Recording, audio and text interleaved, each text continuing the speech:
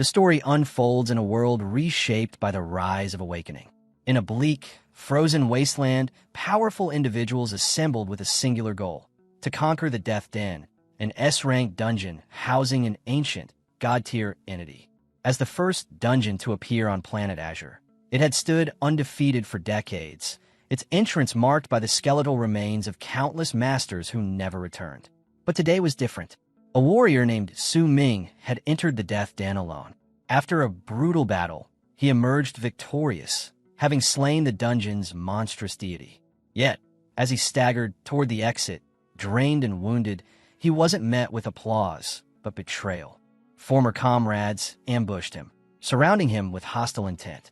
One sneered, demanding he hand over the divine artifact he had just secured. Another mockingly called him the hero of humanity, promising a swift death if he surrendered. Su Ming, his body flickering with residual power, instantly understood. They had waited for him to defeat the entity so they could steal the artifact for themselves. He wondered if this had been their plan all along. From among the traitors, a blonde-haired man named Jiang Tang stepped forward. His sword, crackling with blue lightning, gleamed menacingly. Addressing Su Ming, he appealed to their shared past, promising to spare his life in exchange for the artifact. With a smirk, Jiang Tang added that Su Ming had no power left to resist. Gripping his own flame-color blade, Su Ming cursed his own naivety. These were men he had fought beside for years, whom he had called brothers. He had never imagined they would turn on him. The bitterness of betrayal surged within him. Refusing to surrender, he unleashed a violent surge of red and purple energy from the divine artifact, shaking the battlefield. Standing tall, Su Ming dared them to try taking the Ring of Tao Defiance, warning that none among them had the strength to claim it. The eruption of energy stunned the traitors. One of Jiang Tang's men, impatient, urged an immediate attack. Another, Jiang Ming, advised caution, warning against rushing in while Su Ming wielded the artifact. Suddenly, a figure descended from the sky. A pink-haired woman named Xiaoman landed beside Su Ming, calling out to him and rushing into his arms. She embraced him tightly, saying she had heard rumors of betrayal and had come because she was worried. Su Ming gently reassured her, insisting their enemies posed no threat. Still, he wondered how they had tracked him so precisely. That's when Jiang Tang smiled knowingly. A searing pain shot through Su Ming's back. He turned in shock. Xiao Man had plunged a dagger into him. She whispered that she had been the one to reveal his location. A red magic circle glowed beneath her palm as she twisted the blade. Su Ming stared at her in disbelief, unable to comprehend her betrayal. Across the battlefield, Jiang Tang raised his sword in triumph, declaring that the final catalyst was now in place. He then commanded the activation of the imprisonment formation. Instantly, a massive red sigil appeared in the sky above Su Ming, sealing him in place. From his wound, glowing red chains erupted, coiling around his body and suppressing his power.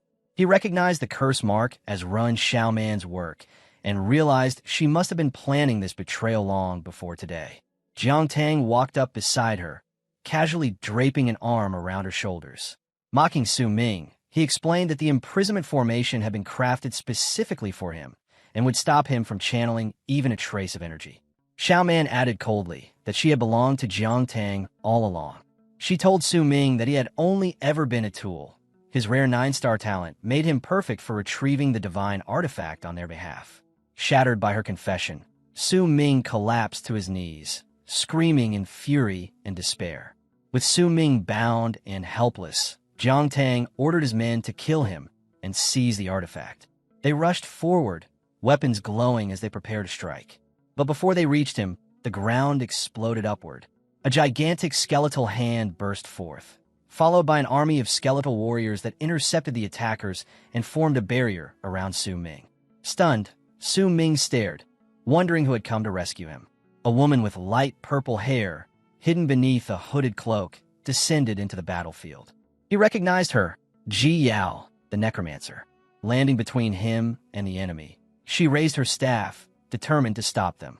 She urged Su Ming not to give in, vowing she wouldn't let the artifact fall into their hands. Jiang Tang scoffed at her appearance, dismissing her as yet another fool walking to her death.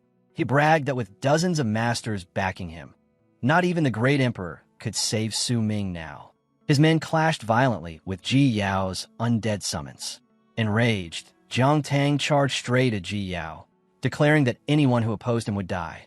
During the chaos, one of his subordinates called out a warning for her to guard her flank, but it was a diversion. She turned instinctively, eyes widening in realization just as Jiang Tang lunged in. His lightning-wreathed blade swung toward her, and he told his former classmate not to take his actions personally. Still trapped, Su Ming could only watch in horror, screaming her name as the attack struck. With Ji Yao incapacitated, Jiang Tang seized his moment.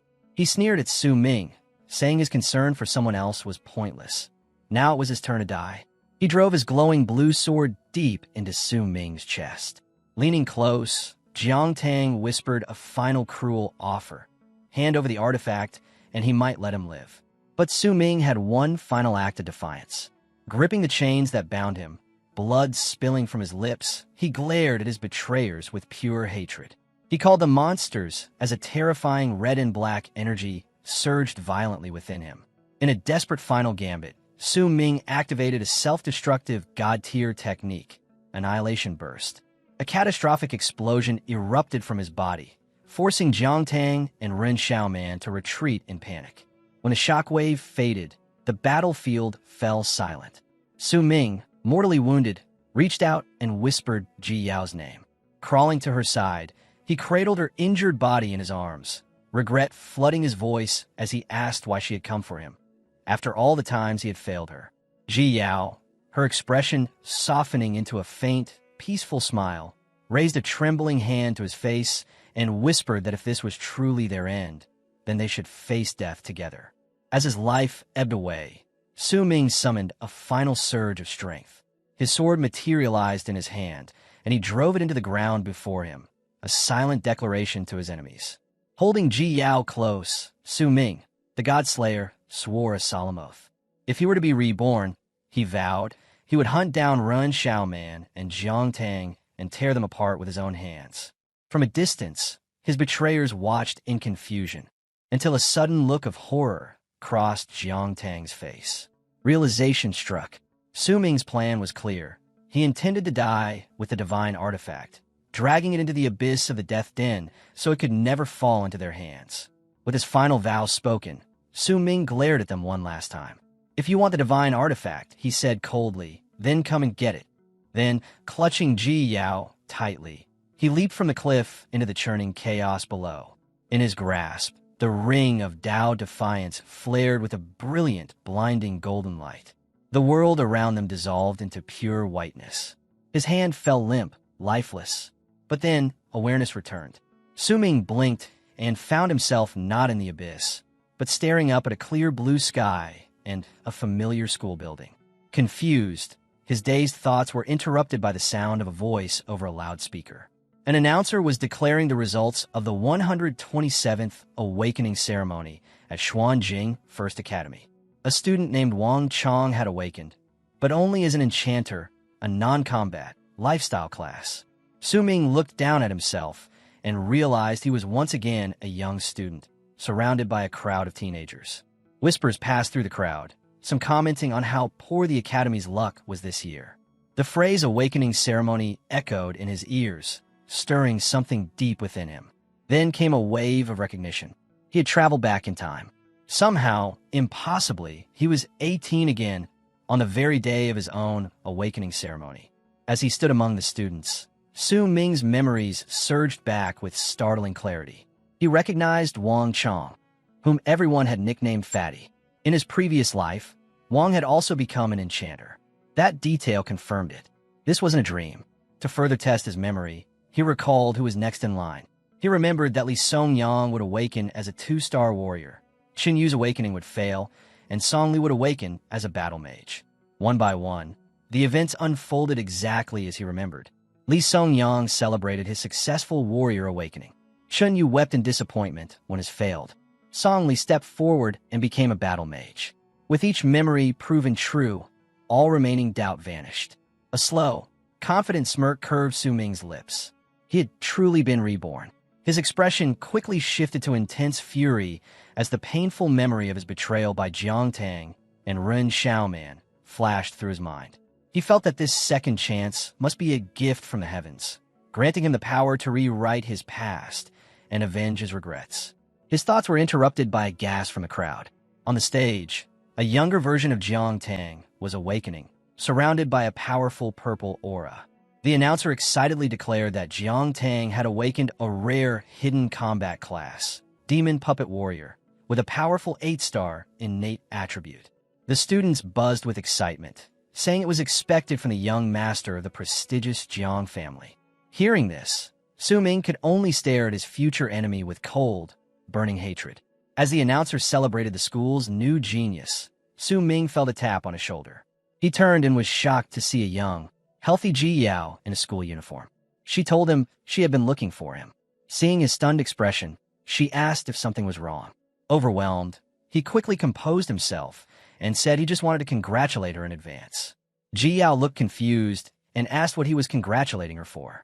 The image of her dying in his arms flashed through his mind. A genuine, gentle smile formed on his face as he told her it was nothing, that she would understand soon enough. With sincere relief, he added that it was really good to see her again. Just as he finished speaking, the announcer called for the next student, Ji Yao. Startled, she made her way to the stage. She placed her hand on the celestial steel, a large ancient artifact crackling with blue energy. As her fingers touched it, a massive surge of power erupted from the stone, engulfing her. The announcer, now shocked, declared that Ji Yao had awakened a hidden combat class, Necromancer, with a powerful 7-star attribute. The other students were stunned, buzzing with disbelief. Su Ming watched with a calm, knowing smile, thinking that everything was going exactly as he had remembered. And now, it was his turn. The announcer called for Su Ming. As he walked toward the stage, Ji Yao wished him luck. The other students were less optimistic, whispering that it would be impossible for a third hidden class to appear, especially for an orphan like Su Ming. The scene then shifts to provide context. This is Planet Azure within the Dragon Nation, a world ruled by the Awakened. Decades ago, the advent of Awakening occurred. Since then, everyone who turns 18 participates in a ceremony to become one of the Awakened. These individuals have fundamentally changed the world, gaining the power to bend reality and amass great wealth. But this power comes at a cost. The Awakened must constantly face dangerous trials, battling vicious beasts and exploring terrifying, monster-filled dungeons. As he approached the celestial steel, Su Ming reflected on his past life. He remembered that, as an orphan, he had relied on stipends and scholarships. On the day of his first awakening ceremony, he had been blessed by the heavens. A magnificent phenomenon descended as Su Ming awakened an incredibly rare 9-star innate attribute, along with a legendary class known as the God Slayer. Now, standing on the stage in his second life, he was determined to change his fate. He reached his hand toward the awakening artifact, silently vowing that today he would make the world see him in a new light. As he did, a massive surge of purple and pink energy burst forth, creating a spectacular phenomenon in the sky. The announcer stared in disbelief, wondering if this incredible surge signified the birth of a genius with a 9-star attribute, or something even higher. Ji Yao and the other students were equally stunned. Su Ming reached out, ready to feel the familiar flow of runes from his original awakening. But this time, something was different. A glowing blue sigil appeared on his chest, and from it, the divine artifact he had died with, the Ring of Tao Defiance, materialized. He stood frozen in shock, realizing the ring had somehow returned with him through time. Before he could fully process this, another unexpected event occurred. A strange sensation spread through his body, and a holographic screen appeared before him. A system notification declared that the ultimate God Slayer class system was successfully binding to him. It then announced that his awakening was complete, and he had been assigned a new class. But it wasn't the God Slayer of his past life. It was something far greater, a mythic class called the Sword God. Su Ming could only stare in astonishment, struggling to comprehend the existence of a mythic class and the overwhelming title he had just received. The immense red energy radiating from his awakening left everyone speechless. The announcer Stunned, wondered aloud what kind of class could produce such a phenomenon. Among the crowd, students debated what it could mean. One nervously speculated that if it turned out to be a non-combat class, Su Ming would be doomed. Jiang Tang scoffed at this, saying that with such a powerful vision, it couldn't possibly be a lifestyle class. Yet as he watched, sweat rolled down his face from the sheer pressure of Su Ming's energy, so intense he couldn't even move. Su Ming stood calmly at the center of the storm, taking in the information displayed on the golden panel before him. It confirmed that his awakened class was the Sword God, completely different from the God-Slayer of his previous life. He touched the interface, which completed an identity scan and verified his name as Su Ming. His new status appeared. His class was the Sword God, and he possessed a golden talent called Universal Ascension, a power that granted him the ability to elevate or evolve anything. Su Ming was stunned. He realized a golden talent ranked even higher than the legendary 9-star attribute he had awakened before. A confident smile spread across his face as he understood that this new power likely surpassed even the God's class. Eager to see what abilities it granted, he opened the skill interface. But his excitement quickly turned to shock. The skill screen displayed 0 progress and a single message: no abilities have been awakened. Su Ming's expression twisted in frustration. He grabbed at the holographic panel, shouting internally, how could golden-ranked talent possibly come with no skills at all? While Su Ming was preoccupied, the crowd grew restless, confused by the delay. Finally, the announcer called out, asking if he had completed his awakening. Su Ming glared at the skill-less interface in frustration. He couldn't believe that after awakening a supposed God-tier class, he had no abilities. He wondered if the system was malfunctioning. Suddenly, the panel displayed a new message, stating it had received his feedback and would resume guidance. A new prompt directed his attention to the ring of Tao Defiance hovering in front of him. Confused, he looked at the ring just as it began to glow. The system then announced that it had successfully identified the divine artifact. As soon as the ring was recognized, the system panel flared with light, and a massive pillar of golden energy erupted from Su Ming's position, shooting into the sky. The powerful shock wave blasted outward, forcing the announcer, who was also the Academy's principal, to brace himself. High above the celestial steel, a massive, glowing multicolored star materialized with the number 10 at its center. The principal's eyes went wide. He stammered in disbelief, recognizing the symbol for a 10-star innate attribute. His voice boomed through the microphone, announcing that Su Ming had awakened a 10-star hidden class, Swordmaster. The crowd erupted into chaos, shouting about the heaven-defying nature of a 10-star attribute, a level typically reserved for the nation's top scores. Jiang Tang stood in stunned silence, while another student remarked that he had thought Jiang Tang's 8-star awakening was insane, but Su Ming had just revealed a maxed-out 10-star attribute. The principal, beaming, declared that this was a banner year for the Academy. Not only had they seen multiple hidden classes, but now a Heaven's Chosen with a 10-star attribute. He admitted that while the Swordmaster class wasn't considered top tier, with a 10-star innate talent, Su Ming's future potential would be limitless. As a reward, the principal announced he would personally grant Su Ming a full set of cultivation-aiding items. However, not everyone was impressed. Whispers of disappointment began to spread. Some students called it a waste of talent, saying the Swordmaster was a bottom-tier class. They explained that it was a mediocre jack-of-all-trades type, forced to train in both ranged and close combat, splitting focus between physical and magical attacks, making it a textbook underpowered class. Other students laughed at his misfortune, mocking the disappointing outcome of a 10-star attribute paired with such a weak class. A few tried to defend him, suggesting that with enough hard work, a Swordmaster could still become a reliable damage dealer, and with Su Ming's talent, he might just pull it off.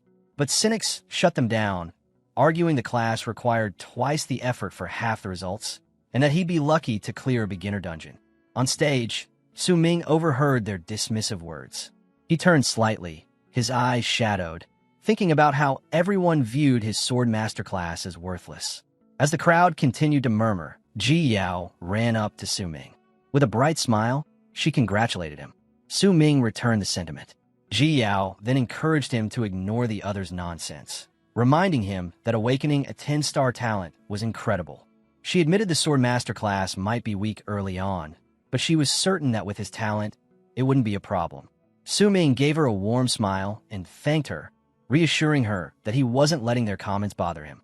He then added cryptically that their underestimation was exactly what he wanted, leaving Ji Yao confused. Their conversation was interrupted when the announcer called the next name. The crowd cheered as Ren Xiaoman, the school's most popular girl, stepped forward. Jiang Tang was seen encouraging her. Ji Yao commented on her popularity, but Su Ming remained silent. Instead of watching, he turned and began to walk away.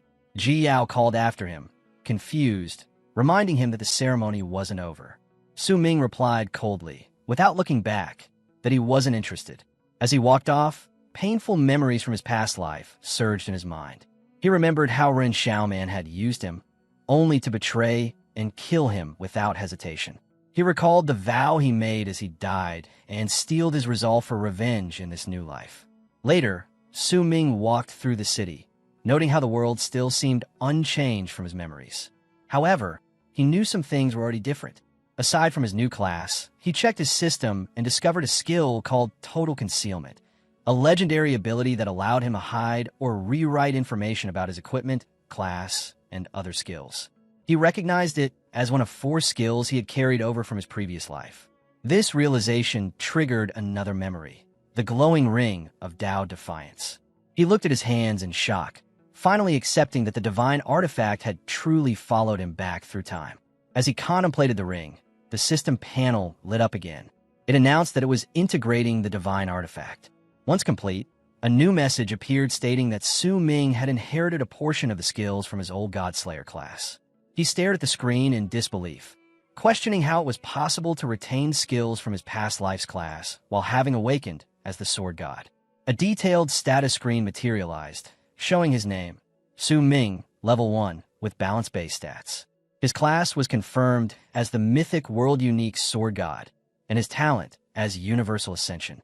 The skills section now listed 4 abilities: Godslayer's Blade, Total Concealment, Shadow Step, and Insightful Eye. With this new information, Su Ming began to formulate a plan. He recalled an old proverb, "A man is innocent, but carrying a treasure makes him a target." Knowing he wasn't yet strong enough to defend himself from others, he understood he had to be cautious. While his 10-star talent couldn't be hidden, he decided he must conceal all details related to his true mythic class, the Sword God. He vowed to make the most of this second chance and not repeat the mistakes of his past life. From experience, he knew that the beginner dungeon challenge would arrive on the 2nd day after the awakening ceremony. With his knowledge and abilities, Su Ming was confident that the beginner dungeon would pose no challenge. His goal was to level up faster than anyone else and acquire better gear. To achieve that, he decided to challenge the dungeon's hardest boss right from the start. But first, he needed a proper weapon. Meanwhile, in a luxurious room inside a high-rise building named Palace, a different scene unfolded. Jiang Tang and Ren Xiaoman were together. Ren teased Jiang Tang for bringing her to such a place immediately after the ceremony. Irritated, Jiang Tang told her not to mention the ceremony, complaining that Su Ming had stolen his spotlight. Ren Xiaoman, however, was already plotting. She told him not to be upset, explaining that even though Su Ming was merely a sword master, his awakening attribute was extraordinarily high. She assured him that Su Ming still had plenty of value, and they would use him again when the time was right. Intrigued, Jiang Tang asked what she meant. Ren Xiaoman smiled faintly and showed him something on her phone. As Jiang Tang looked at the screen, his expression shifted from annoyance to surprise. Ren, her expression cold and calculating, laid out her plan. She was confident that if they dangled the right bait, Su Ming would fall for it. Then, just like before, they could use him to their advantage. Following his own plan, Su Ming arrived at a massive skyscraper that housed a large weapons market. He took the elevator to the 12th floor, where he was greeted by an employee of the Weapons Emporium.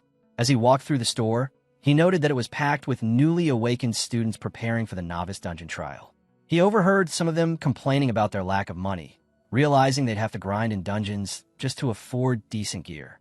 Su Ming's attention was soon drawn to a crowd gathered around a particular display.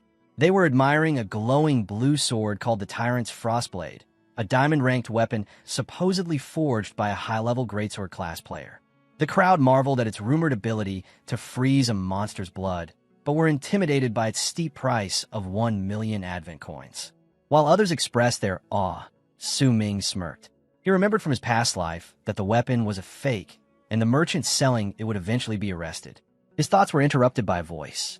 He turned to see a well-dressed woman with short gray hair, flanked by 2 bodyguards. She asked if he was Su Ming. In return, he asked who she was. The woman introduced herself as Jiang Lan, vice director of the Jiang Ainen Group, and handed him her business card. Su Ming took the card, replying that he didn't believe they'd met before. Jiang Lan ignored the remark and, loud enough for others to hear, announced that on behalf of the Jiang Ainen Group, she would be covering all of his expenses for the day. She then added that she hoped he could do her a small favor. When Su Ming asked what kind of favor, she gestured to one of her bodyguards, who showed him a photo. It was an image of a young, smiling girl with her eyes hidden, surrounded by white flowers. Jiang Lan explained that the girl was her younger sister, Jiang Yuning, a student at his school who had just awakened.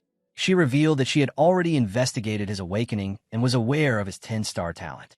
She reasoned that with his level of power, the novice dungeon would pose no challenge for him.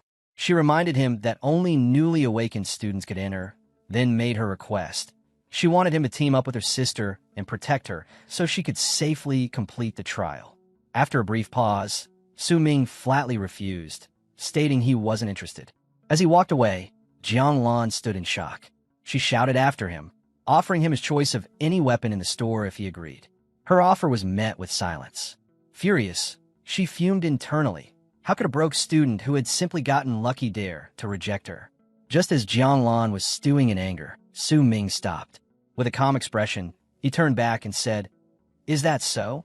He then pointed to the most expensive weapon in the store and declared he would take the tyrant's frostblade, the fake sword worth 1 million Advent coins.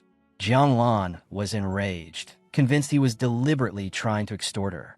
She accused him of making things difficult and questioned whether he truly believed someone of his status was worth 1 million coins. Su Ming calmly reminded her that she had offered him his pick of any weapon. If she wasn't willing to honor her word, the deal was off. With a confident smile, he offered her a piece of advice. She should tell her sister to prepare with everything she had, implying that there were things money couldn't buy. Surprisingly, Jiang Lan's anger faded, replaced by a curious smirk. She found Su Ming intriguing and silently admitted she had overstepped. Without another word, she turned and left with her bodyguards. Onlookers were stunned, whispering about how that student had just outplayed a major figure from the Jiang Age group. As they left, Su Ming's phone buzzed with a new message. He checked it. It was from Rin Xiaoman. Just as he remembered, the message asked if he had always liked her. She claimed to have had a change of heart and asked him to meet her on the roof of the academic building that night. Su Ming read it with cold amusement. Even though he hadn't awakened as the God Slayer, Rin Xiaoman's manipulative games hadn't changed. Remembering his vow of vengeance, he replied with a simple message, agreeing to meet her. With that settled, Su Ming turned his attention back to finding a weapon. He approached a nearby shop assistant and inquired about a display of jagged, rock-like objects called sword stones. The assistant explained they were weapon stones, each with a chance of producing a silver rank weapon. However, she warned him that the process was based entirely on probability, and most stones only contained the lowest grade weapons. To her surprise, Su Ming said that was exactly what he was looking for.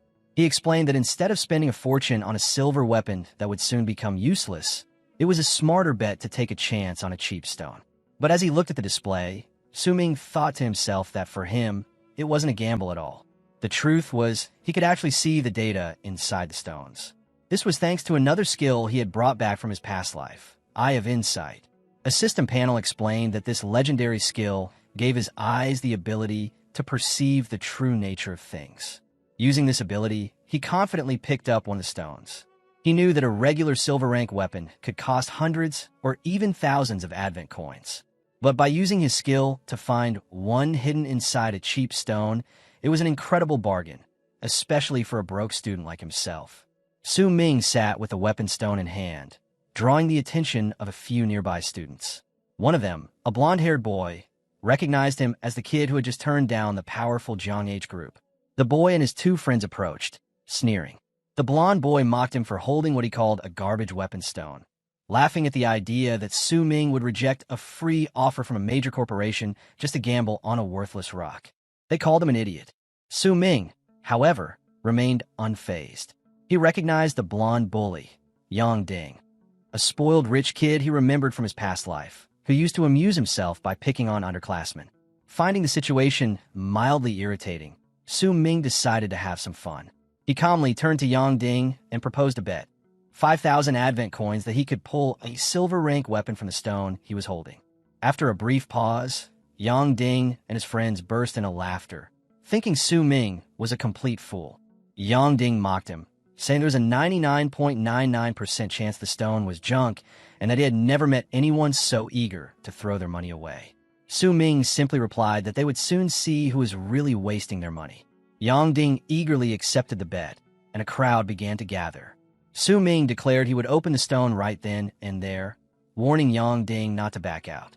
Yang Ding just laughed, telling him to worry about the 5,000 coins he was about to lose.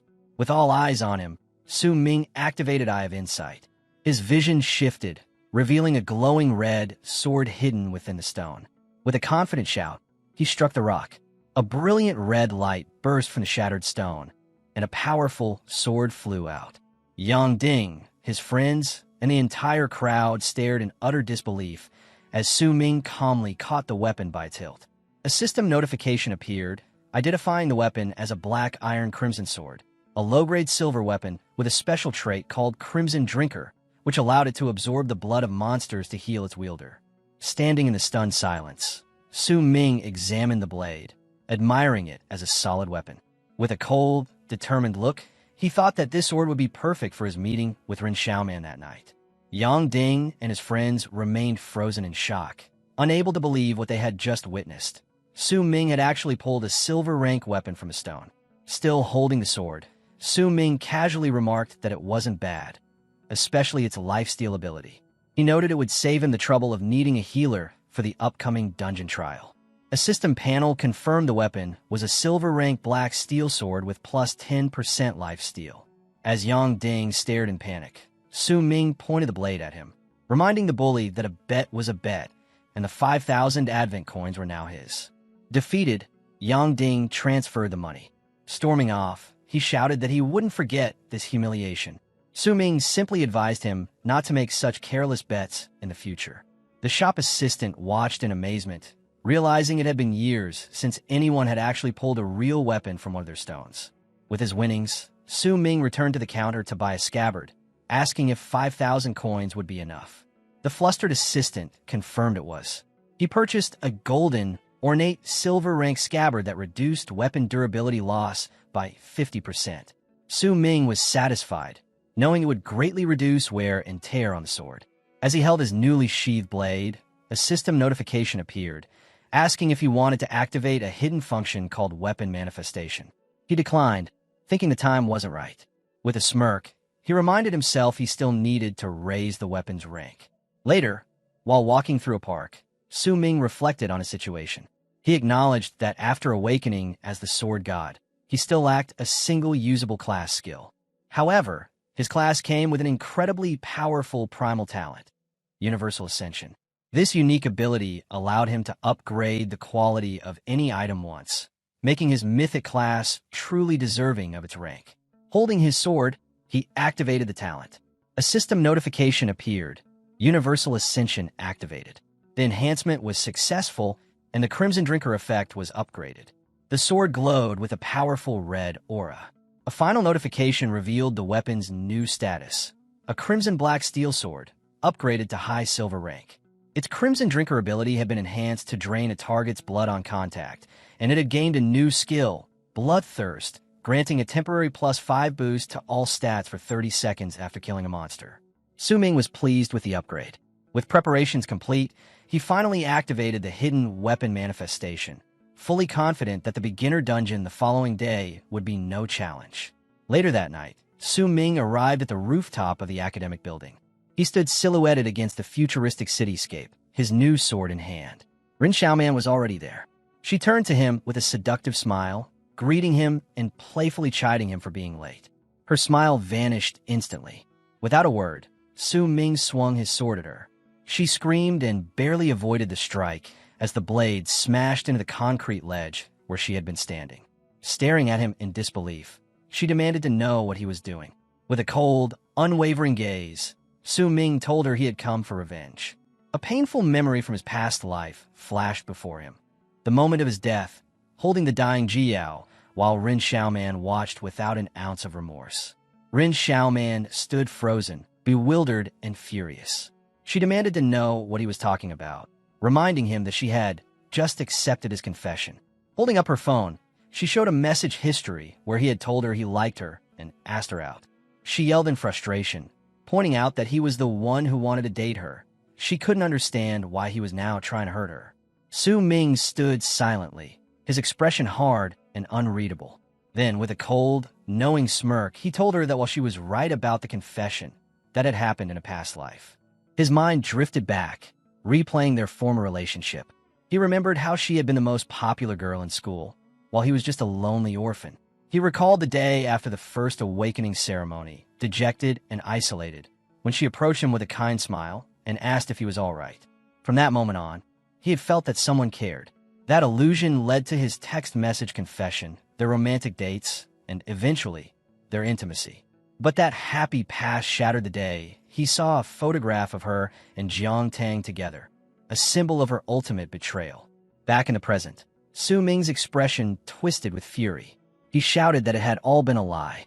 With blazing anger, he accused her, declaring that he knew everything about her secret dealings with Jiang Tang, and that she had only ever used him. Ren Xiaoman was completely stunned. She stammered, insisting he was talking nonsense, and tried to deny the accusations. But Su Ming was merciless. He told her that she knew whether he was lying or not. He said her poised and beautiful image was just a mask. Then he leaned in, his voice dripping with venom, and told her that her true self was nothing more than a vain, shameless fraud. At that, Ren Xiaoman's composure finally cracked. Her face twisted with rage as she dropped the act. She screamed at him, demanding what someone like him could possibly know. She spat venomously, calling him an orphan and saying that if his talent hadn't been useful, she would never have even acknowledged him. Then she threatened him, shouting that neither she nor Jiang Tang would let him get away with insulting her. Su Ming met her threats with a calm, dismissive smirk. He dared her to try, but warned her to be more concerned about how this little incident would affect her carefully crafted, pure as jade public image. That final jab pushed her over the edge. Seething with fury, she lunged for the sword Su Ming had left embedded in the concrete and swung it at him. As the blade flew toward him, Su Ming thought to himself that her actions were just like in his past life. But this time he was ready. Just as the sword was about to strike, tendrils of red energy burst from the blade, halting it in midair and leaving Ren Xiaoman stunned. Su Ming explained that he had seen this coming. He knew her treacherous nature all too well. A system notification confirmed the activation of his weapon's Crimson Drinker ability. The tendrils surged out from the blade and wrapped tightly around Ren Xiaoman. Su Ming revealed his trap. The moment he had targeted her with his weapon's ability, her fate had been sealed. The tendril shot forward and struck her directly in the face. She let out a piercing scream of agony, crying that her face was ruined. As she crumpled to the ground, Su Ming stood over her and coldly told her that she had brought this upon herself. He was about to declare this the beginning of his revenge, but she cut him off, screaming that she would have Jiang Tang kill him. Unfazed, Su Ming simply recalled his sword, which dematerialized into his inventory. He turned and walked away, telling her to go ahead. Jiang Tang could come for him whenever he was ready. He declared that today's strike was his severance. As he left her crying on a rooftop, he reflected that this blow had also served to sever the affection he had once treasured so deeply. Later, he received a notification on his phone. It was a gift from the academy. The message was from Principal Wang, congratulating him on his awakening and including a reward package to help him prepare for the beginner dungeon. The package contained 1 fortification pill, a combat gear package, and 10,000 advent coins. The next day began at 6 a.m. Su Ming held the fortification pill in his hand. He acknowledged the generosity of the gift, but suspected it was out of pity, assuming that awakening a weak sword master class, despite having a 10-star talent, had triggered some sympathy. He ate the pill and immediately grimaced, complaining about the awful taste. But the bitterness was quickly forgotten as he was engulfed in a golden aura. A system notification flashed before his eyes. The pill had granted him plus 10 constitution and 100 experience points, enough to immediately level him up to level 2 and award him 10 free attribute points. As his status screen updated, a new passive talent activated, Innate Sword Body. This talent meant he had formed a sword within his heart, allowing him to learn any sword-type skill without the usual prerequisites or restrictions. Su Ming was pleased. As expected of his 10-star talent, he could gain powerful abilities just by leveling up. Smirking with renewed confidence, he declared that he would show everyone his true strength in the Novice Dungeon. He arrived at the First Academy's Novice Dungeon Plaza, a busy area filled with students and glowing portals. A group of classmates approached him, the same students who had mocked him the day before. Now, they eagerly offered to team up. They praised his 10-star talent and mentioned the principal's gift, insisting the dungeon would be easy with him. They volunteered their classes to support his sword master role, hoping to ride his coattails to a high score. Su Ming was disgusted by their hypocrisy. Just yesterday, they had looked down on him. He coldly refused, stating he already had a team. His words were overheard by Ji Yao, who rushed over in surprise, asking when he had formed a team. She explained she had come early just to be the first to invite him. Caught off guard, Su Ming tried to explain. He told her his goals weren't for the usual dungeon rewards, and he was worried she might get hurt. Then, leaning in, he whispered his true intention. He planned to challenge the dungeon alone. Just as Ji Yao was processing this, they were interrupted by a blue-haired student with a confident smile. He introduced himself as Yans, a 9-star Demon Hunter Ranger, and formally invited Su Ming to his team. Su Ming recognized Yans from his past life and, without hesitation, flatly refused the offer. Before Yans could press the issue, Ji stepped in. She put her arm around Su Ming's shoulders and announced he had already teamed up with her, so everyone should stop bothering him. The other students, including Yans, apologized and left. As the crowd dispersed, Su Ming looked at Ji with gratitude, thinking how reliable she was. Standing with Ji, he glanced at a clock, noting that the dungeon's start time was approaching. Right on cue, a massive blue portal swirled to life, and a voice announced that the 127th Novice Dungeon Challenge had officially begun. From the portal, a holographic broadcast of Principal Wong appeared. Looking like he had just woken up, he apologized for oversleeping. He explained the rules of the mandatory one-day trial. Every student was pre-registered, and inside, they would earn points based on their contributions. He strongly advised them to form teams to increase their survival chances and complete the challenge within the day. As the principal spoke, Ji turned to Su Ming, only to find he had vanished. She looked around confused. Before anyone could react, Principal Wong officially declared the dungeon open. In that instant, a figure shot past the other students and dove straight into the portal. The crowd erupted in shock, shouting that someone had already gone in and quickly identifying the lone challenger as the 10-star student, Su Ming. Upon entering the dungeon, Su Ming was hit with nostalgia. He remembered how, in his first life, he had been both scared and excited. A powerful voice then echoed, welcoming the novices. It explained that the dungeon was a place of danger and opportunity, and to leave, they needed to defeat the regular boss. However, it also hinted at a higher difficulty method for greater rewards. With a determined look, Su Ming declared his new goal. In this life, he would choose the most difficult challenge and slay the dungeon's ultimate hidden boss. He found himself in a lush, moonlit jungle identified by the system as the Raging Tide Forest, a level F zone. He immediately noted the map for the Novice Dungeon changed every year, making this location different from his past life. He also knew the spawn point was random for every challenger, meaning route planning had to be done on the fly. This also meant the monsters he would encounter would be different, adding another layer of unpredictability. Su Ming began to explore and quickly encountered a formidable foe, a massive sentient tree monster with a head of roaring fire and a menacing carved face. He knew from his past life that this monster, while immobile, would use its vines to drag targets into its fiery maw. However, his goal was not to fight every monster. He was focused on the hidden boss. Therefore, he decided it was best to avoid such difficult enemies. He looked at a holographic map, plotting his course. He thought about how his reason for rushing in first was to give himself a head start. He needed to scout the new layout and find the items required to summon the hidden boss. While the map changed every year, he knew the fundamental strategy to trigger the boss fight would remain the same. He had to act quickly before more students arrived and made it harder to collect the necessary items. With his plan set, he leapt into action, bounding through the dense forest.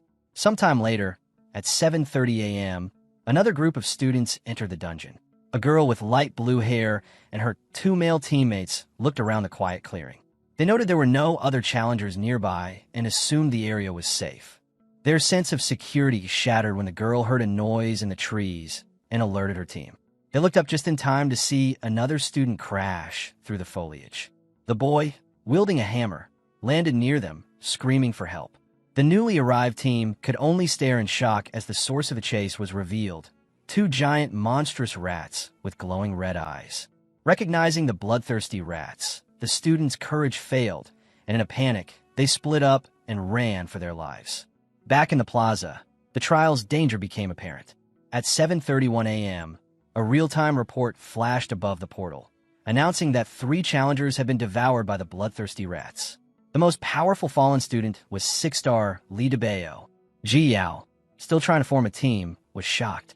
Alarmed that a 6-star student had fallen so quickly, she urgently called for everyone to speed up team formation, shouting that the people inside desperately needed help. Meanwhile, inside the raging tide forest, the situation was grim.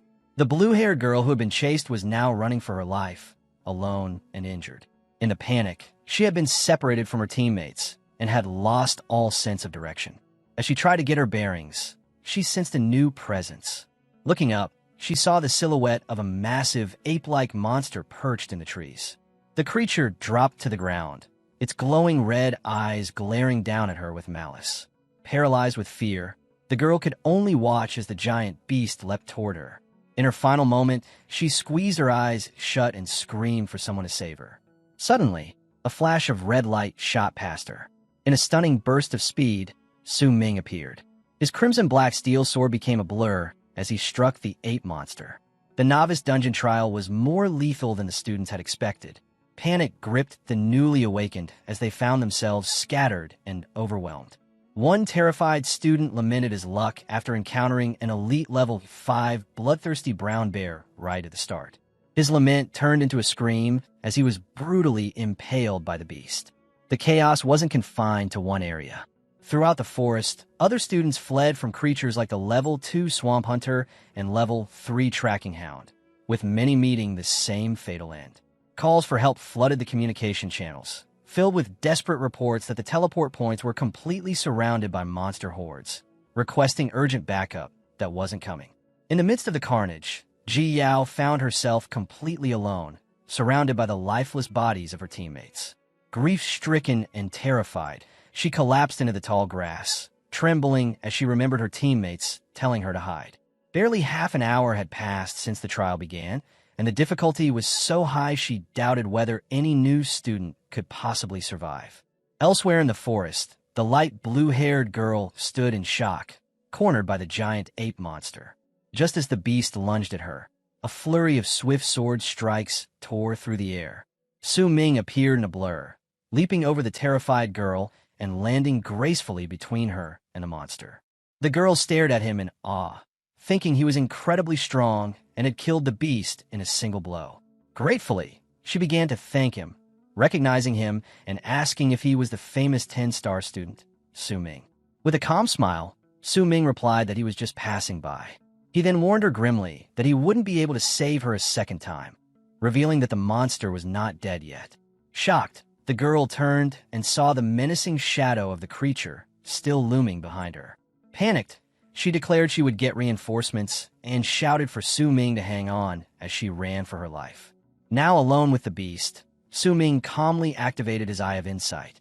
A system panel identified the monster as a mutated Ape King, a level 3 ferocious beast with high strength and constitution, but very low agility. Realizing it was a mutated creature, Su Ming understood why it had survived a direct hit from his silver-grade weapon. The Ape King recovered and leapt into the air, slamming its massive fists downward. But Su Ming easily dodged. With a smirk, he noted the monster's speed wasn't half bad and decided to have a little contest. Recalling one of the skills he inherited from his past life, he activated the third one, Hidden God Step. A system notification explained that this skill was an acceleration technique that boosted speed by 50% and made the user completely immune to all attacks and untargetable while active, though it consumed a large amount of stamina. A surge of brilliant teal energy enveloped Su Ming. He vanished in an instant, reappearing directly behind the confused Ape King, taunting that he was now behind it. The monster roared and spun to attack, but Su Ming flashed away again. Looking down at the now off-balance, vulnerable beast, Su Ming declared the contest over, calling it boring and one-sided. The mutated Ape King could only stare in shock, Su Ming's silhouette reflected in its terrified eyes as he prepared to strike. Declaring he was done playing, Su Ming unleashed a final devastating blow, slicing the monster clean in half. A system notification immediately confirmed his victory. As the monster's body dissolved into data, a loot screen appeared. He had obtained a low-grade bronze single-skill scroll. He stood over the remains of his foe, thinking that while the skill was of low rank, it was still a decent find for the novice dungeon. Suddenly, he was engulfed in a brilliant golden light as a large First Blood title appeared before him. A dungeon-wide announcement was broadcast, declaring that a Level 2 Swordmaster had completed the first kill in the Tide Wave Forest, earning the First Blood title. All across the dungeon, struggling students were shocked by the notification. As a reward, every player was gifted a small healing potion. One injured girl clutched the potion that appeared in her hand, sighing in relief. The students began to speculate about the mysterious Swordmaster. Some immediately guessed it was the 10-star student, Su Ming. Others argued it could be a different Swordmaster, but they all agreed the achievement gave them hope that the dungeon was beatable. Back in his clearing, Su Ming panicked. He had completely forgotten about the public title system. Realizing it could expose his true strength, he resolved to be more careful, planning to use his total concealment skill to hide his future achievements. He was also surprised that after half an hour, he was still the first person to kill a single monster. As he ran deeper into the forest, he suddenly stopped. A pack of Level 3 dire wolves emerged from the bushes, their green eyes glowing menacingly. Su Ming smirked, recognizing the wolves as some of the best monsters for leveling up. He decided this was the perfect opportunity to try out his newly acquired sword skill. He had already used his unique talent, Universal Ascension, to upgrade the bronze skill scroll dropped by the ape. The system had triggered the skill's sublimation, transforming it into a more powerful ability. He had obtained a low-grade silver skill, Sword Drawing Slash, a technique that allowed him to sheath his sword, gather his focus, and unleash a devastating strike in a single motion. As the dire wolves howled, Su Ming unleashed his new power. A massive crescent-shaped wave of blue energy descended upon the charging pack.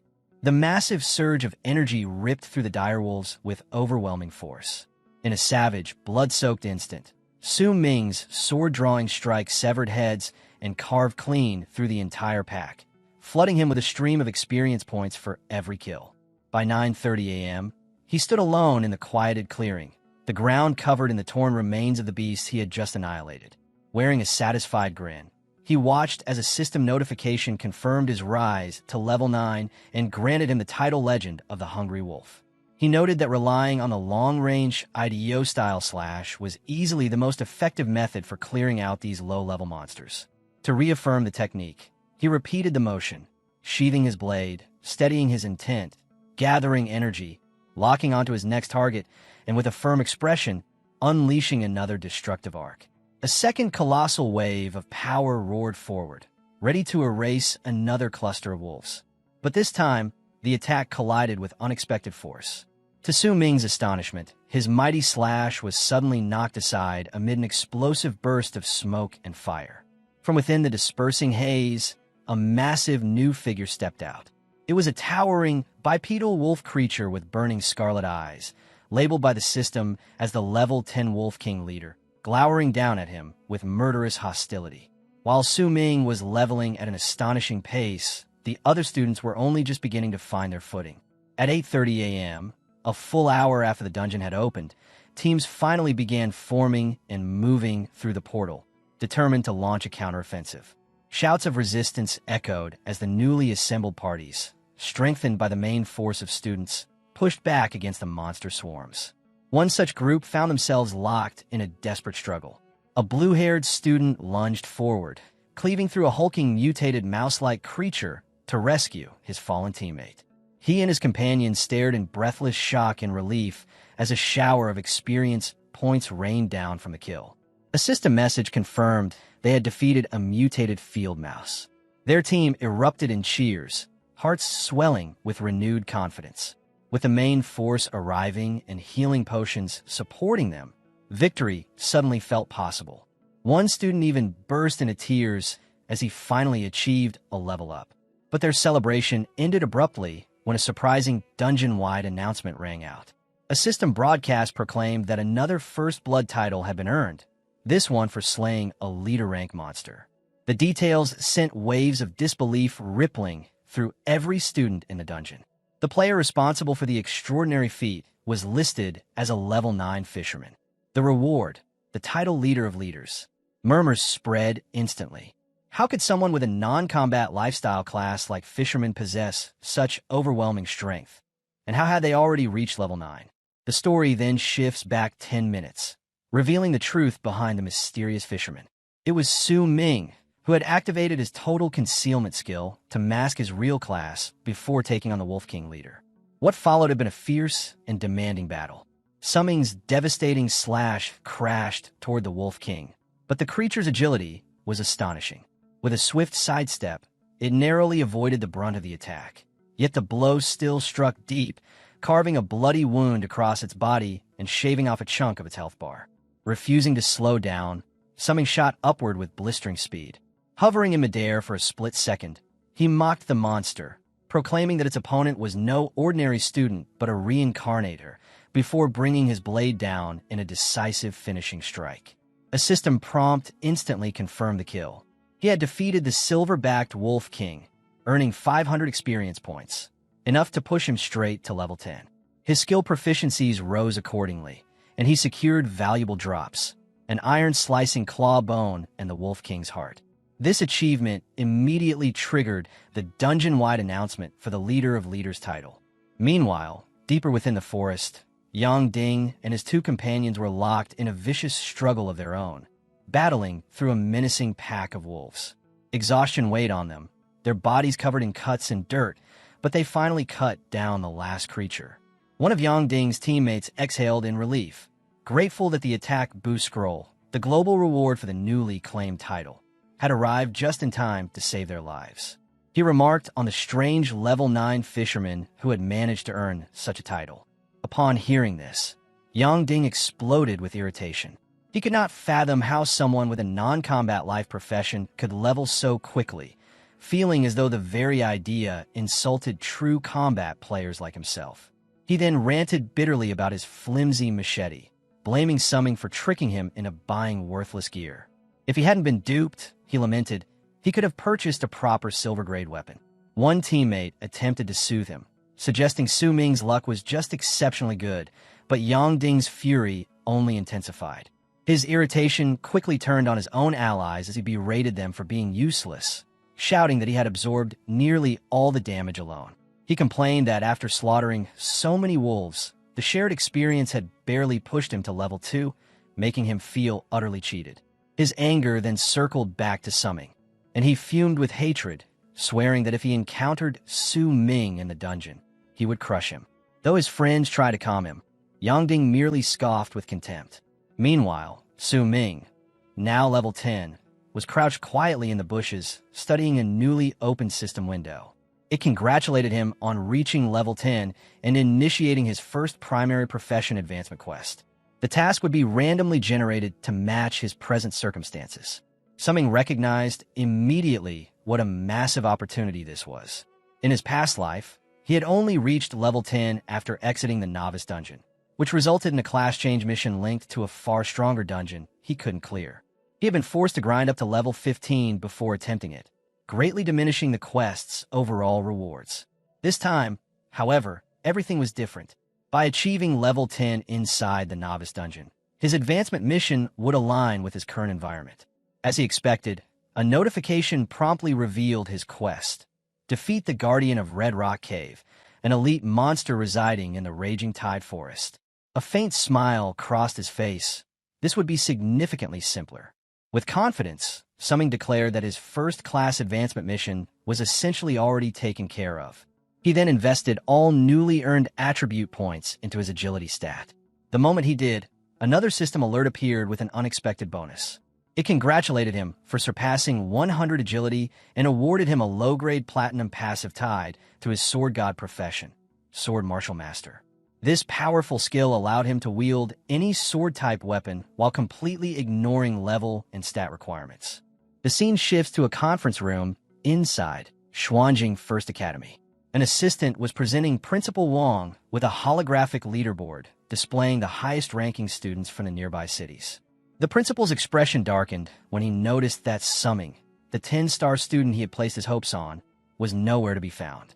The assistant suggested that perhaps Summing's sword controller class naturally performed poorly in the early stages, but she admitted it was still unusual for him not to appear even within the top 500 ranks.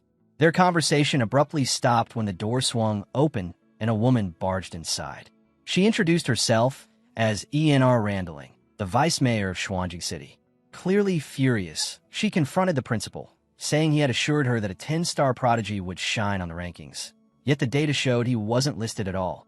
Principal Wang tried to clarify, but the vice mayor accused him of exaggerating Summing's power to obtain additional qualification tokens for the prestigious Heavenly Tower Council.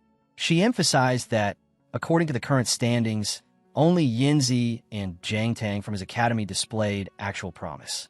Because of the academy's disappointing results, she announced she was cutting their qualification tokens from 3 down to only 2. She added that if the academy ended up at the bottom again this year, they would receive no tokens whatsoever the following year. With that warning, she stormed out of the room. Stunned, Principal Wang stared down at the 2 remaining tokens, feeling an overwhelming heaviness in his chest. He knew the Heavenly Tower Council was an invaluable chance for his students, and he had hoped Summing would help them gain an additional slot, not lose one. All he could do now was hope that Summing would give it his all and not disappoint him. Meanwhile, back in the raging tide forest, Summing reached the entrance of the Red Rock Cave. He double-checked his map to confirm that this was indeed the designated location for his class change mission, relieved that he hadn't run into any more monsters on the way. He gazed into the dim cavern, acknowledging that since he had never visited this place in his previous life, he had no idea what threats might lie hidden inside. With a determined look, Summing stepped carefully into the redstone passage. Almost instantly, a creature dropped in front of him in an ambush. It was a small, blue-skinned monster with glowing crimson eyes, a level 6 gold-digging goblin. The goblin glowered at him with open hostility. Before it could utter a sound, Summing burst into action, swinging his sword at incredible speed, intent on eliminating it before it could alert the entire cave. But the swift kill backfired. A system message appeared, informing him that he had triggered the Goblin Cave awareness and activated a special Goblin mode. Summing froze for a moment, stunned. His expression turned grim as he realized his class change mission would be far more troublesome than he expected. From the depths of the cave, a massive swarm of goblins surged forward, their red eyes gleaming as they charged toward him. The system immediately confirmed his fears, announcing that every goblin within the Red Rock Cave would now launch continuous assaults against him.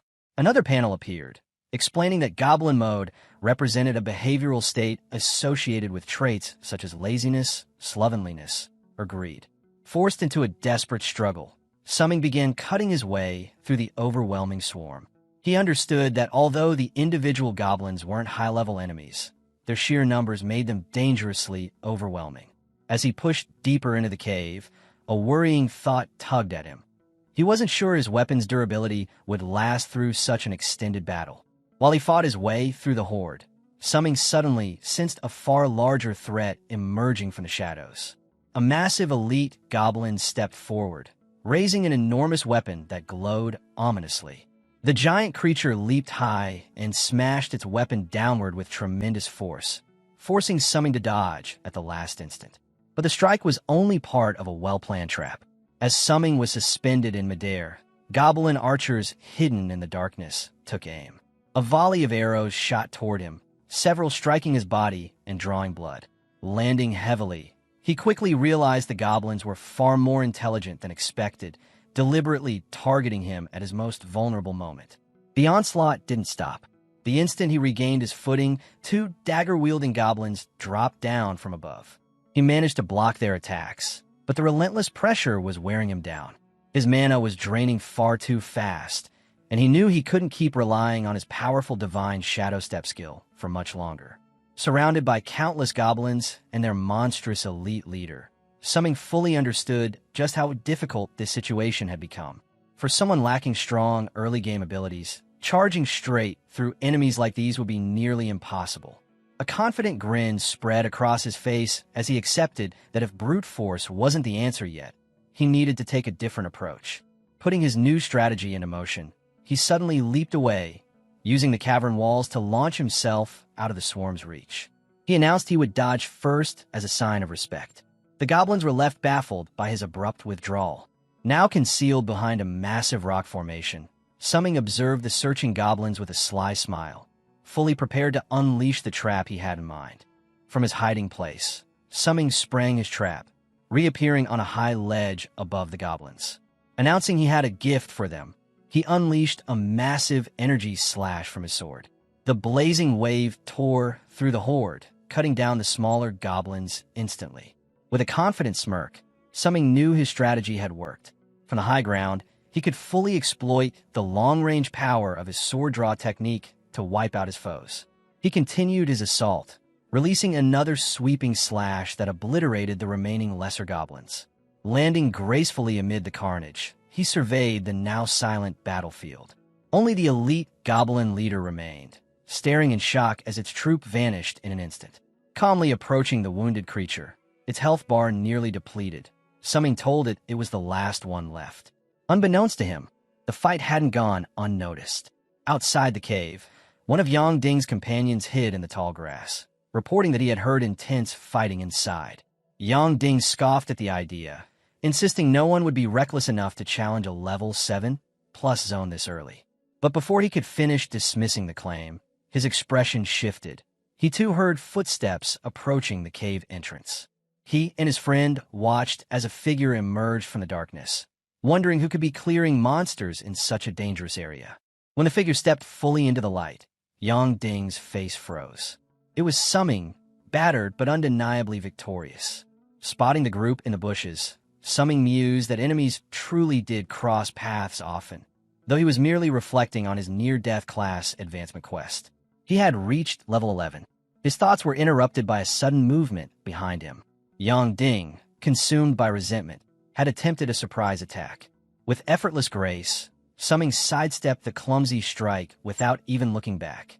Shocked that his ambush had failed so easily, Yang Ding barked orders for his two companions to surround Summing and block his escape.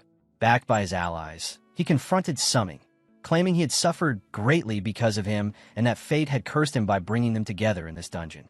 Summing met the three with a bored, detached stare. Yang Ding taunted him, asking if he was afraid now. Summing merely tilted his head and, in genuine confusion, asked who he was. Humiliated that Summing didn't even remember him, Yang Ding exploded in fury, shouting that Summing had won 5,000 advent coins from him. Enraged, he commanded his friends to attack, and the trio charged. Summing remained composed, remarking there was no reason for violence just because he didn't recognize them. Then a confident smile crossed his face as he raised his sword. This was the perfect chance to test out his new skill. With a smirk, he summoned his blade, which began to glow with swirling red energy. He then activated his newly acquired skill, Sword Control. The blade shot forward, soaring through the air independently as it carved sweeping arcs at blistering speed. Before Yang Ding and his companions could react, the telekinetically guided sword sliced through them in a blur of crimson light. The three bullies were sent sprawling, crying out in pain before collapsing, defeated in an instant. Summing smiled, pleased with the flawless demonstration of his new power. On the ground, Yang Ding stared up at him in disbelief. He recognized the technique immediately and stammered in shock, demanding to know how such a thing was possible. He shouted that sword control was an advanced ability, one a sword master shouldn't be capable of learning until much later. Summing understood the confusion. In his mind, He recalled the true origin of the skill. After defeating the elite goblin, he had obtained a sword control skill scroll. By using his unique talent, Universal Ascension, he had upgraded the low-grade scroll into a fully usable skill. The result pleased him: powerful, effective, and perfectly aligned with the public facade of a swordmaster, helping to hide his true mythic level class. But his thoughts shifted to something far more valuable. As part of the final reward from his first-class advancement quest, he had received a hidden location blueprint. Standing over his defeated foes, he opened the blueprint on a shimmering golden holographic screen. The moment the contents appeared, his confident expression vanished, replaced by speechless shock. The coordinates for the hidden treasure were located in Red Rock Cave. Annoyance washed over him. Why did he have to return to that cave again? His confusion only deepened when he noticed the bizarre subtitle on the map: Goblins, Commerce, and Life. None of it made any sense. Meanwhile, at 11:30 a.m. in another part of the forest, an entirely different scene was unfolding. A team of 3 girls celebrated after defeating a massive monster. One of them, now level 7, let out a relieved sigh. Their victory, she admitted, was largely thanks to their 7-star teammate, a light green-haired girl named Funfazi, who had carried the group through the fight. With the danger gone, one teammate eagerly ran off to divide the loot. Funfazi glanced at the remaining girl, checking if she was all right, and received a reassuring nod. But only moments later, Funfazi's expression shifted to alarm. She looked around, confused. Their teammate, the one who had just gone to gather the loot, had vanished. Panic surged through her as she scanned the clearing. The monster's corpse was dissolving, but her friend was nowhere to be found. There were no tracks, no sounds, no signs of struggle. She had been standing there just a moment ago. Everything was normal. So where did she go? Then Funfazi froze, horror widening her eyes as a dreadful realization took shape. A piercing scream ripped through the forest. The golden blueprint Summing obtained contained a deeply unsettling bestiary entry titled Goblin's Life. It described goblins as tribal creatures dwelling in dark, hidden places ruled by chieftains and shamans. To sustain their unnaturally high reproduction rate, they were said to abduct female beings by any means necessary. The accompanying illustrations, depicting captured female students, made Summing recoil in disgust. He was shocked by just how twisted goblins were in this timeline. Suppressing his revulsion, Summing followed the coordinates listed in the blueprint. A system notification soon confirmed his arrival, yet what greeted him was only a silent, densely wooded forest. He scanned his surroundings in confusion. The blueprint clearly referred to Red Rock Cave, Part 2, but there was no cave to be seen. Doubt crept in as he wondered whether the coordinates were incorrect.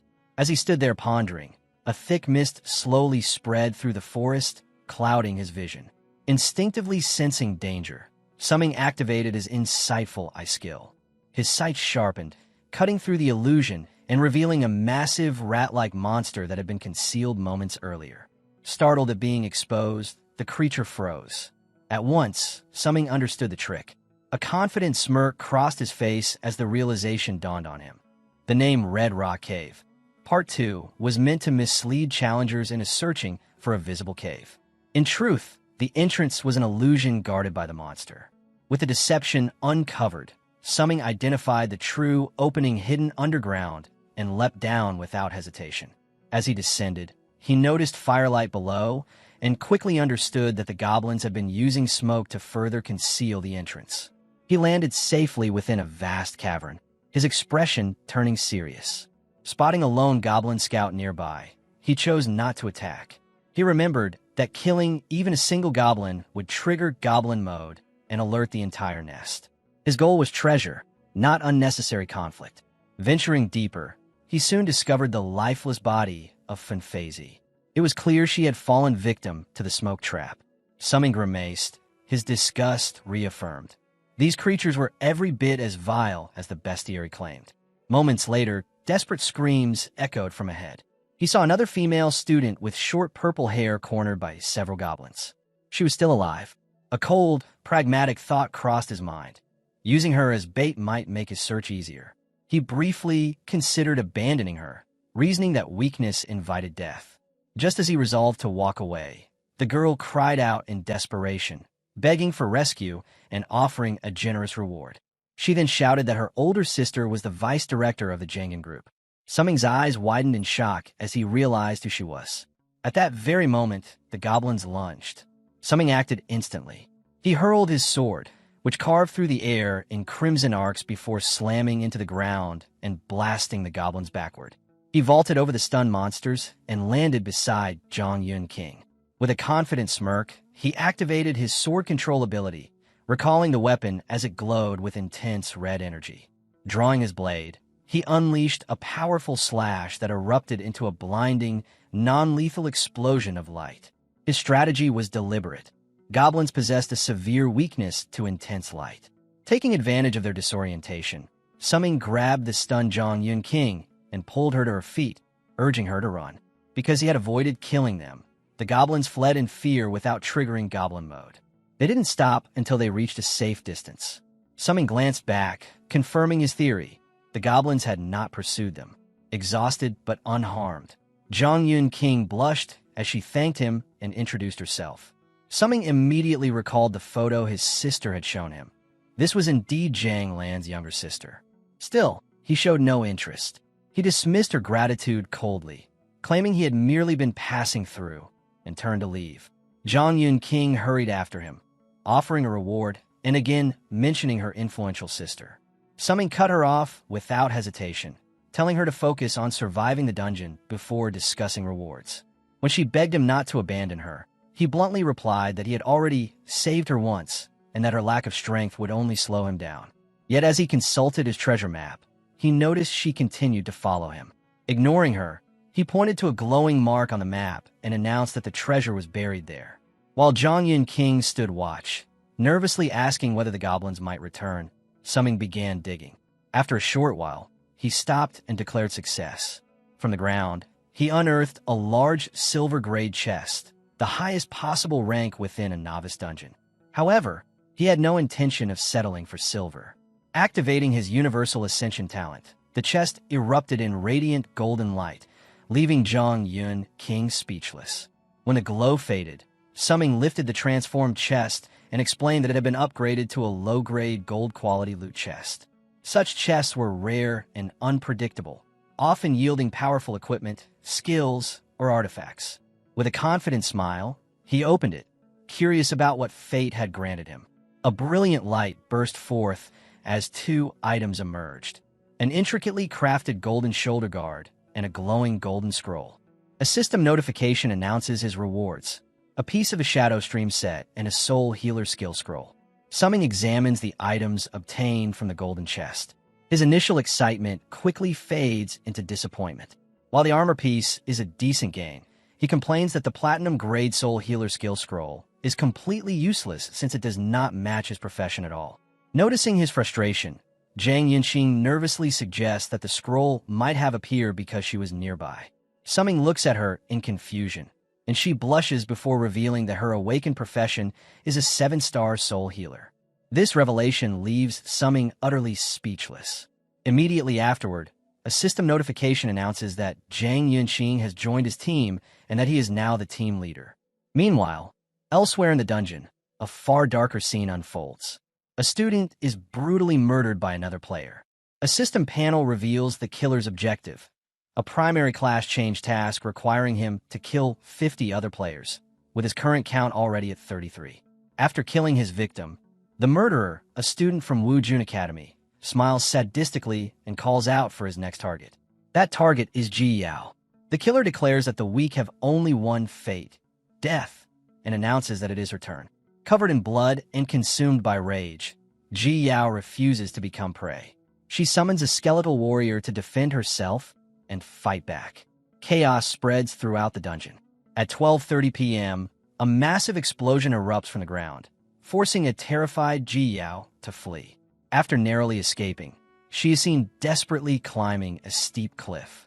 She reaches a small ledge and hides there, cautiously peering out as she struggles to survive the brutal trial. As Ji Yao hides on the cliff ledge, the murderous student from Wu Jun Academy prowls below. Her attempt to remain hidden fails when her foot slips, sending loose stones tumbling downward. The killer's head snaps up, his sharp eyes immediately locking onto her position. With terrifying speed, he leaps up the cliff face and lands directly in front of the shocked Ji Yao. He attacks at once, swinging his massive blade while taunting her. Ji Yao barely manages to dodge the powerful strike, but the attack still grazes her, leaving her wounded. The killer lands effortlessly on the narrow ledge, expressing surprise that a fragile girl like her survived his hunt for so long. He continues mocking her, saying she wasted his time, though he admits she has some skill and concedes that perhaps Xuanjing Academy is not entirely worthless. Bleeding and furious, Ji Yao demands to know why a student from the neighboring Wu Jing Academy came to their dungeon just to slaughter innocent people. Wearing a sadistic smile, the student explains that there is no special reason. He shows her his system interface, revealing that his level 10 class change quest requires killing 50 other players. Ji Yao stares at the display in horrified disbelief. The killer explains that he cannot massacre people in his own city's dungeon, so he took a private plane to theirs. He cruelly tells her that if she wants someone to blame, she should blame her own academy for being the weakest among the surrounding cities. Comparing her school to a soft persimmon ready to be crushed, he charges at her again. Desperate, Ji Yao summons another skeletal warrior to intercept the attack. However, her effort is futile. The killer mocks her fragile skeleton toys as he slices the summon in half with a single overwhelming blow, continuing his relentless assault on the defenseless Ji Yao. The student from Wu Jun Academy declares that he will not let her escape again and unleashes a swirling red technique called Bloodblade Flying Stab. Just as the deadly strike is about to hit her, a green arrow shoots out of nowhere and intercepts the attack. The killer roars in frustration, demanding to know who dared interfere. From the trees, a group of students emerges. Their leader, Yans, calls out to Ji Yao, telling her they will cover her. Ji Yao recognizes her classmates who came to her rescue. Yan stands ready with his glowing bow. Meanwhile, at 12 p.m. in another part of the forest, Summing completes his objective by submitting the treasure fragments he collected to the system. A system notification immediately confirms that his primary class change task is complete and that he has advanced to first-class Sword God. The promotion grants him an enormous boost, plus 10 to all attributes, enhanced effects for his mythical origin sword body talent, and a twofold increase in sword power, speed, and proficiency. Now far stronger, Summing feels a surge of confidence about challenging the dungeon's hidden boss. He turns to Zhang Yinxing and hands her the Soul Healer skill scroll. A notification confirms she has successfully learned the skill, and a bright light surrounds her. The skill details appear on a system panel. Soul Buff, a high-grade platinum skill. When activated, it consumes soul power to increase experience gained by all team members by an incredible 200%. Both Summing and Zhang Yinxing are left completely stunned. Summing cannot believe her absurd luck, realizing she has randomly acquired a god-tier leveling skill. Seeing this opportunity, a mischievous grin spreads across Summing's face. He points at Zhang Yinxing and announces that he has changed his mind. He agrees to help her clear the novice dungeon after all. Overjoyed, she celebrates his decision. As she rejoices, Zhang Yinxing thinks that a player brave enough to challenge the Goblin Cave alone is far safer than the hired mercenaries her sister paid for. Summing sighs inwardly, thinking that although he dislikes rich young ladies who use money to take shortcuts, he cannot afford to pass up the advantage her extraordinary skill provides.